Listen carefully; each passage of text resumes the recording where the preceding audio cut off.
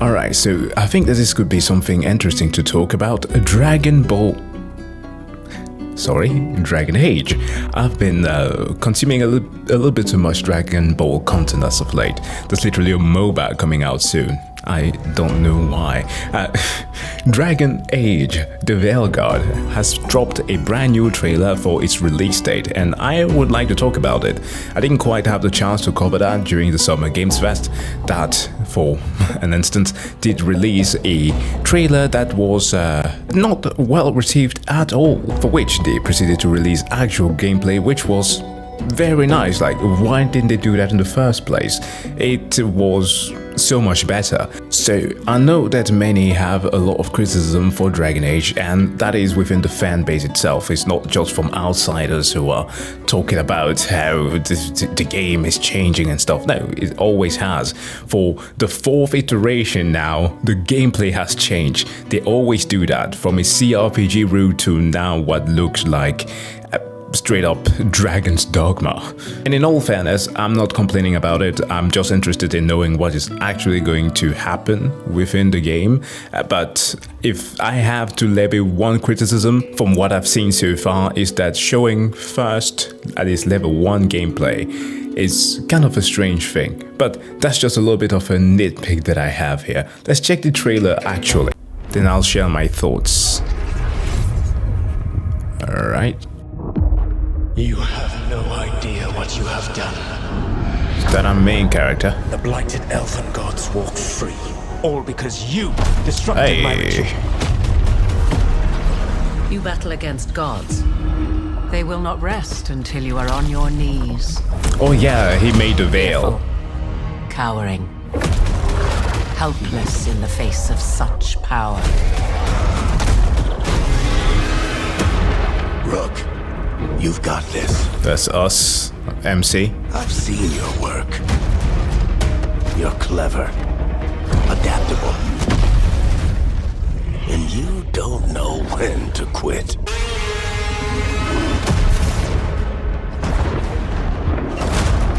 You want allies to go after the gods? I've got places to look. Where do we start? I kinda like this. I'll be Ooh. Griffins are back? War, victory. What? The instinct. I'm ready. I've never seen this before. There's something kind of exciting about it.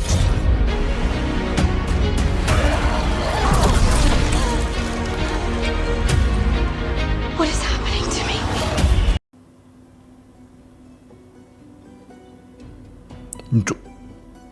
Well, that's the right question to ask, lady. Dwarves can't use magic, right? Because they can't dream. Okay, intriguing.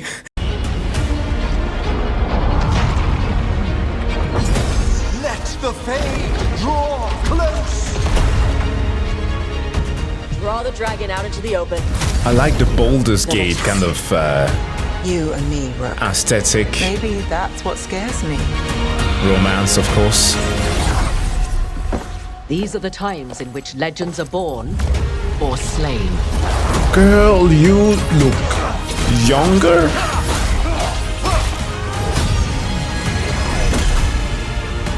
Our gods are back. Our gods. How do we stand against that? I believe in all of us. So let's get it done.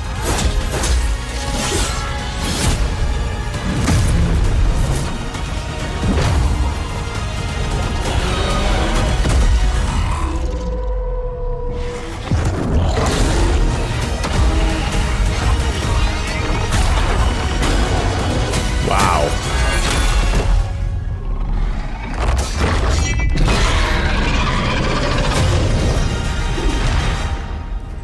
Is so much better. October 31st. Holy shit. I thought they were going to push that to November or something, but I guess that there are bigger titles that are releasing at the time. So, release window. Man. Okay, so first, I need to share some thoughts here on things that I think are rather clear cut. So again, the first trailer they released was not optimal at all.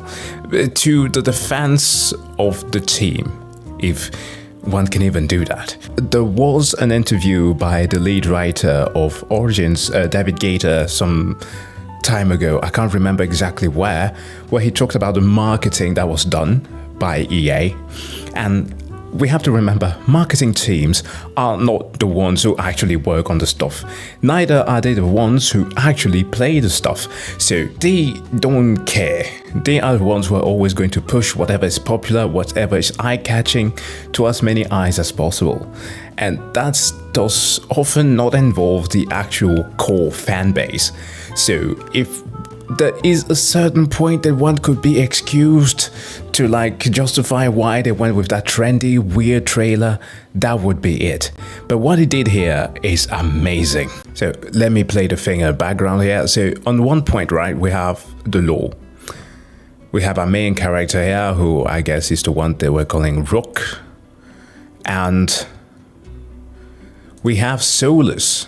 If you remember him from Inquisition, I didn't pay too much attention during the DLC, but the whole thing about him was that he made the veil to seal away the Abenoris as well as the Forgotten Ones. Some factions, or you could say races, in Dragon Age. So, what are Elven Guards? Yeah, Elven Guards. The whole thing about his thing here is that he mentions... No idea what you have done. The blighted elven gods walk free, all because you disrupted my ritual. The blighted elven gods. So, okay, the blighted. What the hell are those again? I guess a simple way of approaching it is that there are these things called Darkspawn in Dragon Age, and they usually like find slumbering ones, and those slumbering ones often come in the forms of dragons, the one that you fought most likely in Inquisition if you played that game, and the previous games as well. And what they will often do is that they will latch onto them and turn them into archdemons. And want to do that, they lead armies that attack the surface world. And it gets complicated. But the short of it all is that there's been like 5 blights in Dragon Age. 5, with the 5th occurring in Dragon Age Origins, the very first game in the franchise. So how this connects to the elves themselves is a little bit... Where are we going with this? I am not too sure, but it's interesting to say the least. It does follow at least with what was done in the DLC. So yeah, it's a good continuation so far. You battle against gods. They will not rest until you are on your knees. Fearful. I like this. Cowering. I don't know how many people are going to feel with the art style. I was a little bit worried myself when I saw it. I think that I even called it a bit cartoonish, that it was following the look that like World of Warcraft initially was doing. Like, tell me that Solus over here doesn't look like Wulbren, one of the Gundians, right? Gundians? I can't remember the 2 factions of Baldur's Gate 3, the gnomes there. But anyways, he does have a striking resemblance, right? They do carry that aesthetic. And when it comes to the environment, it's the same thing. It's nice. Places to look. Even the effects kind of has the same that Baldur's Gate was doing. So it's like a mixture of Baldur's Gate and Dragon Age. Not Dragon Age, obviously Dragon Age, but the Dragon's Dogma. Especially when it comes to combat, for those of you who've seen the gameplay. You have like a limitation of like 3 abilities so far, same thing that the Dragon's Dogma has been doing. I have some questions about that, especially when you're a mage. How are you going to play that? And now that it has been changed into more of like an action kind of gameplay, in the same fashion that Final Fantasy 16 has left the roots and has become a bit more of a Devil May Cry, Bayonetta type of game. I like that they're experimenting, but as always, change is never well received within franchises, and especially not with the likes of Dragon Age that has been changing. at every single iteration. People might not like it, but if we move a little bit forward there, this. So, if you're familiar at all, I know that I might be explaining a bit too much here, but for those who might be interested in this and are completely noobs, magic or sorcery within the world of Dragon Age is manifested through a thing called the Pale. That is, people access the Pale through dreams. And within the lore of Dragon Age, dwarves cannot dream, which is why it is interesting that this female character here is able to do so. And I can't remember her name. I do believe that she was in some of the previous games, but I'm not too sure. She does look familiar. So her saying the following quote here. What is happening to me? Makes perfect sense. Like, this is something completely new. Perhaps the breaking down of the veil is something that is tapping somehow into the Pale, which is actually followed up by the words here. The Fade draw close. The Fade. Wow, I keep on calling it the Pale. Why am I calling it the Pale? Is it because I'm thinking of... oh, yeah, never mind. I'm confusing games here. Yeah, the Fade. My god. Draw the dragon out into the Too many RPGs in this brain. Then attack. You and me, Rook. Maybe that's what scares me. Romance options, of course, were a huge hit in Dragon Age Inquisition, especially. The Witcher 3 came in some months afterwards and it made that even more intense, like reminding us all what BioWare was good at, you know? Well, bang, okay. These are the times in which legends of Morrigan, looking younger than ever. But well, many thought that she was a goner, but she's there. And she looks good. born or slain.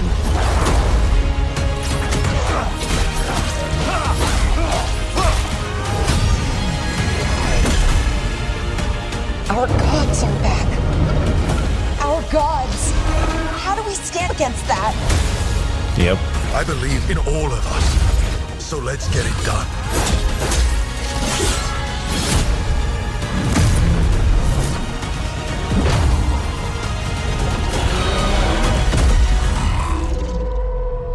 I guess that would have been the justification to call the game with its original name, Dreadwolf.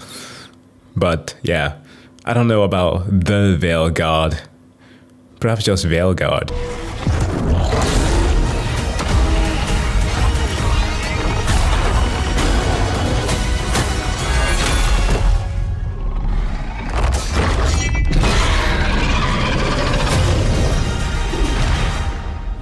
I think it looks good.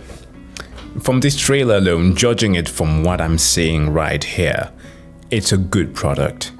That being said, I of course have worries. As most of you know, BioWare has not been in a good position at all. Many have left, been a bunch of layoffs, a bunch of drama regarding the company, and the writers as well were laid off. So that begs the question, how's the quality of this thing going to be? Personally, the one thing that I fear is that we are going to experience a kind of, actually funny that I'm mentioning this, Dragon's Dogma 2 situation. In that, given the somewhat similarity combat-wise and stuff that might be in there, is that the game might be super enjoyable. Like, how much time have I spent in Dragon's Dogma? Let me show you very quickly. Dragon's Dogma 2. That's 177.7 hours, right? And I'm almost at 100%. That's what I'm aiming for. The thing with Dragon's Dogma is that it's a wonderful game. I love it. But even in comparison to Dark Arisen, it pales. It is such a small variety in enemies. There is some issues with the lore delivery, some items, the spells and stuff. Like, it feels like an incomplete game. For what it is, it's enjoyable, but I should expect more from it. That's the thing that I'm worried about with this. We might definitely get something that is good, something that could even be compared to other great RPGs out there, but could even live to a comparison to his previous entries. That's where it kind of gets frustrating, because Dark Arisen, in my opinion, has more content than Dragon's Dogma 2. So likewise, are we going to receive an inferior product in comparison to the previous ones? It might still be a great experience, but if it ends up being like a little bit lackluster, that's what I'm worried about. But so far, okay, not to be the guy who brings a sour mood, because, God, I'm tired of everything being so freaking negative within gaming discourse. I can't see this being something terrific. So, fingers crossed that despite the early release, this turns out to be an actual amazing thing. But that has been my thoughts on Dragon Age and not Dragon Ball, the Veilguard. And yeah, let me know what your thoughts are. If you are a Dragon Age fan, leave a comment in the comment section below. That being said, wish you all to have a wonderful day. See you guys in the next one. Bye.